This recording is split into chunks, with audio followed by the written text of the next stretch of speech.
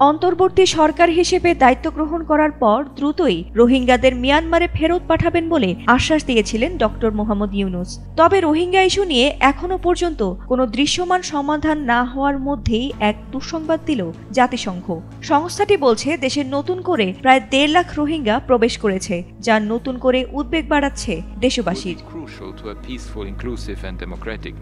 শুক্রবার এক সংবাদ বিজ্ঞপ্তিতে এ তথ্য জানায় জাতিসংঘের শরণার্থী সংস্থা UNHCR। সংস্থাটি জানিয়েছে মিয়ানমার থেকে গত 18 মাসে বাংলাদেশে নতুন করে প্রায় 1.5 লাখ রোহিঙ্গা প্রবেশ করেছে। এসব রোহিঙ্গা কক্সবাজারের আশ্রয় শিবিরে রয়েছে। সংস্থাটির ওয়েবসাইটে প্রকাশিত তথ্য মতে 2017 সালের আগস্টে মিয়ানমার সেনাবাহিনীর নির্মম দমন-পীড়নের মুখে ইতোমধ্যে 7.5 লাখেরও বেশি রোহিঙ্গা বাংলাদেশে আশ্রয় নেয়। সাম্প্রতিক সময়ে এই সংখ্যা আরও বেড়েছে।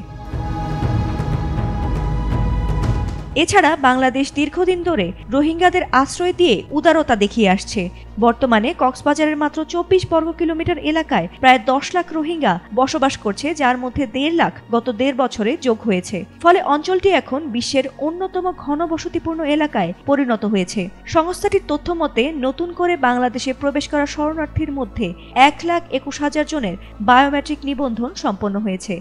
এদের বেশিরভাগই নারী ও শিশু, যারা বর্তমানে জনাকীর্ণ শরণার্থী শিবিরে মানবেতর জীবনযাপন করছে।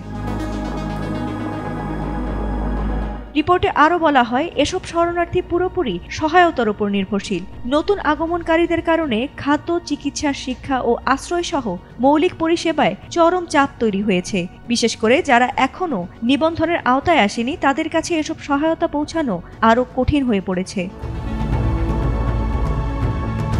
এ অবস্থায় UNHCR ও অন্যান্য মানবিক সংস্থা আন্তর্জাতিক সম্প্রদায়ের প্রতি বাংলাদেশ সহ আশ্রয়দাতা বিভিন্ন দেশগুলোর সঙ্গে সংহতি প্রকাশ ও টেকসই সহায়তা অব্যাহত রাখার আহ্বান জানিয়েছে। পাশাপাশি মিয়ানমারের রাখাইন রাজ্যে শান্তি ও স্থিতিশীলতা না আসা পর্যন্ত এবং স্বেচ্ছায় ও নিরাপদে প্রত্যাবাসনের উপযুক্ত পরিবেশ নিশ্চিত না হওয়া পর্যন্ত আন্তর্জাতিক সহায়তা অব্যাহত রাখার গুরুত্বও তুলে ধরা হয়েছে প্রতিবেদনটিতে। ফাতিমা সুলতানা, ATN বাংলা।